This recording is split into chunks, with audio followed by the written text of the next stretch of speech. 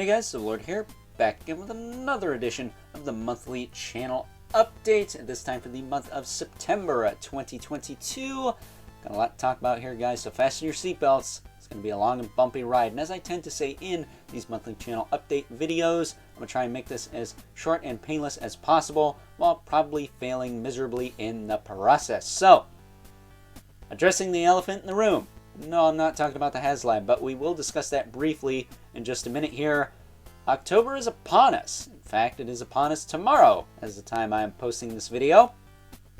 And for the Halloween season, I have plenty of spooktacular action figure reviews coming your way, starting off with the rest of the Mythic Legion's Alithia Wave, Valak, Varg, Voligar, and Decebalus coming up next week in that order. You're probably wondering, Overlord, isn't there 5 days in the week that you post action figure reviews? Yes, I'm not stupid. I know my own review schedule by now, thank you very much. But you're going to have to just wait and see what I post for Throwback Thursdays for the month of October, because it's going to be one consecutive thing for the entire month. You're just going to have to be patient. I know you guys like being spoiled, but not today. Moving on from that, though, I have plenty more planned, but again, you're just going to have to wait. I'm not going to spoil it for you this time. That, and I'm trying to save a little bit of time here, because I've attempted this video several times already, and I'm kind of over it at this point, you know? Just want to get it done. So let's talk about this HasLab. Speaking of just want to get it done, can we please just stop talking about this thing? Unless you're going to make a video breaking down price points and how much things cost and other options for 1/12 scale vehicles, we get that it's overpriced, and we get if you want it, you don't care what the price is. That's fine. You do you. You're either going to buy it or you're not. But why is everyone literally making a video about this thing? It's a cheap, easy way to get views and subscribers, and I'm not for that.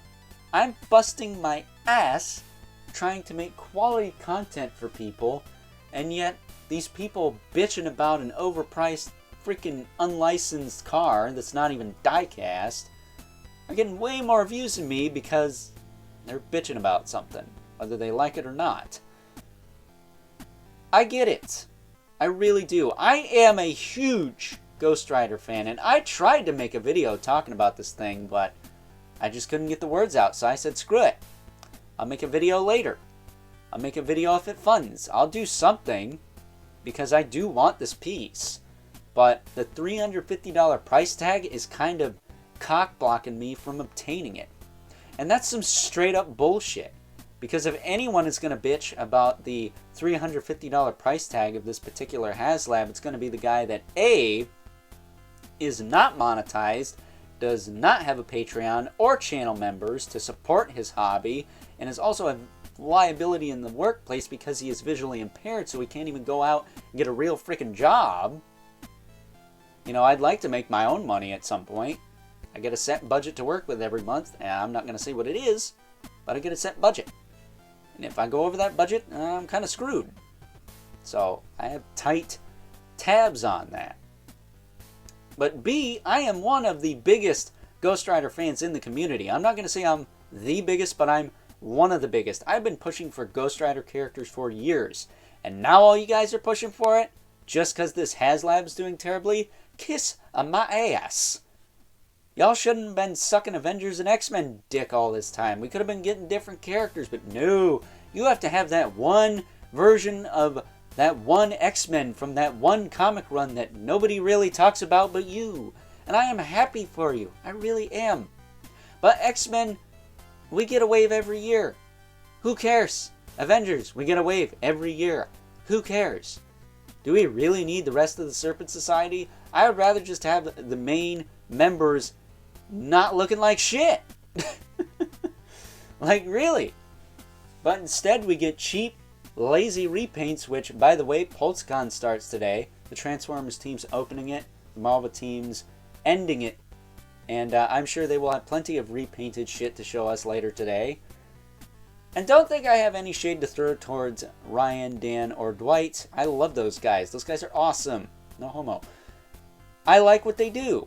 I feel like they like what they do. They're passionate about it. They want to do more, but their boss is a friggin' dick who doesn't know their ass from a hole in the ground.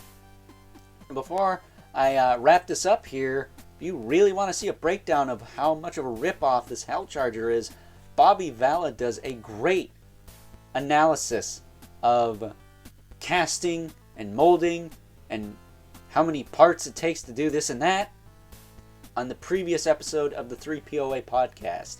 He literally takes a Sentinel tentacle length shit on this HasLab campaign, and I'm all here for that. He's an ex-Hasbro employee. He knows his shit. Dude has double jointed elbow tattoos, for crying out loud. So please do yourself a favor. Go check that out. It is awesome. Moving on from that, this past month we surpassed 560 subscribers. Can't thank you guys enough for that.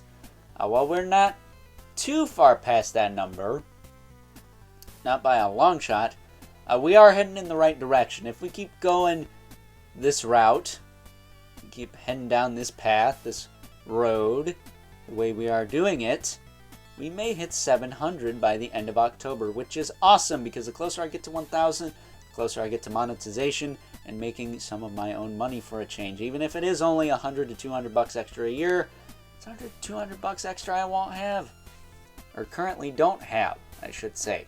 And would definitely come in handy come Legions Con time because, well, they drop almost a $1,000 pre-order every year around that time. Even though there is quite a long period of time to throw down on it, Four Horsemen need to start implementing some payment plans, along with these stupid HasLabs. Like, there are independent companies offering payment plans, and you can't? Multi-billion-dollar douchebags. Moving on from that, though, Spiro Toys should be shipping my Animal Warriors of the Kingdom Wave 1 this month. Unfortunately, I will not be able to get around to reviewing them because it is the spooky season after all, and they're not Halloween related, so those will be put on the back burner temporarily, but the first week I start doing regular reviews again, I will start pumping those out. Because I have been looking forward to these ever since I pre-ordered them way back in the spring of 2021. Or was it 2020? No, it was 2021. So, with that being said, other than that, I don't have a whole lot coming in. I got some Master stuff coming in soon. Saved in my pile of loot. My Wave 10 came in. I did not pre-order Digitino because I don't give a shit about Rulers of the Sun. And my Tila 2-pack came in. Tila with Zor 2-pack came in. And I'm looking forward to all that stuff. I really am. Can't wait to see what the next wave is. I'm sure they will show it relatively soon. I know New York Comic Con is coming up as well. Not sure if Hasbro is going to be attending that or not. Have to wait and see. But yeah, that's kind of it. Is that it? We started the Mythic Legions Alithia wave this month. Got some relatively good feedback on those videos. Got some decent traffic. Not as much as I would have if I got them around the time I got them as the Aerithir wave, where I got them like first. I got those pretty early and I just pumped those videos out and you guys just ate that shit up and I love that. Aerithir and Aethon being one of the most viewed videos on this channel, which, speaking of which, Four Horsemen O'Clock celebrated their 1-year anniversary the other day, and if you tuned into the live stream, you know that I won a contest, which I never win shit. And I believe it's an Aerithir and Aethon 2-pack, which of course I already have. I pre-ordered it, but doesn't hurt to have a second one, either for custom fodder or, you know, just to have. If anything, I'll swipe the black strap pieces from him and use them on my Blade Killer custom figure, which is slowly in the works. I would like to get an extra set of Valak legs. That would be really sweet. But only time will tell if I'll be able to do that. I kind of wouldn't mind trying to snag one on an in-stock sale, but you guys know how those go. That said, typically with the waves that they get in, they have plenty of stock available. Unlike the old stock where the waves are pretty much dwindled down to single figures. We're talking like dozens, not hundreds, not thousands, dozens. I would imagine Alithia has hundreds of thousands of units available. I doubt they'll sell out of anything in the first 10 minutes if they do an in-stock sale for these, even tomorrow. You know, They do an in-stock sale for these tomorrow. Guarantee you'll be able to get whatever you want. Guarantee it. Even though I think they started selling the Alithia Wave at shows recently, but very low quantities. Because I still think they have some orders to ship out. I'm not too sure about that. BBTS got them in. I need to pick up that Krotos guy, who I will review at some point. I'm definitely looking into getting him. But I do have some stuff I want to fill out the rest of October with, because while I do have some stuff saved over the past few months, there's some things that I wasn't able to acquire just yet, either due to lack of funds or just the fact that the stores suck and don't have shit. I mean, let's be honest. They just started having stuff the past couple of weeks. It's kind of where they started getting stuff. Still looking for that Gargoyles Hudson figure. I really want that, but can't find it. Can't find it at all. That whole fall geek out, that was a complete joke. I really don't understand what's going on with that. I wasn't able to find shit that I was looking for not until like a week ago. So, you know, it is what it is. That said, I'd like to give a shout out to 4 Horsemen O'Clock for hosting a really awesome 1-year anniversary show and for the giveaway prize. I am looking forward to that. If I can get the words out without my acid reflux kicking my ass. I'm looking forward to getting it, even though I already have it. It'll be a centerpiece for my collection for sure. So with that being said, I think that's everything. I think I kept this relatively short. I don't think this needs to go on any longer than it already has. F that HasLab. HasLab is a cash grab, as Articulated Ninja always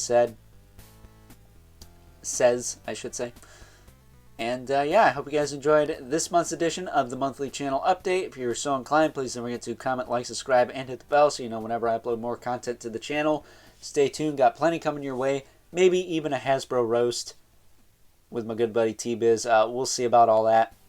I wouldn't be surprised if we do a PulseCon video, but it'll most likely be on his channel. So if so, I will let it be known that that is happening. As well as some What's in the Box videos coming. I got a box coming from my good buddy Evil Villain, as well as a box coming from 4 Horsemen. Again, it's just the Aethon 2-pack, but I'll do a video nonetheless because I feel the need to do so. If you're going to have any duplicate Mythic Legions, that's definitely one to have. I'll probably do the same with Brother Mandibulus once he gets an All-Stars release. But with that being said, if you haven't already, please hit me up on Instagram at Overlord Productions. But as always, keep the comments civil, because what sucks enough as it is, especially when you can buy a Bratz card cheaper than a Ghost Rider Charger. Seriously. And until next time, I'll catch you guys later.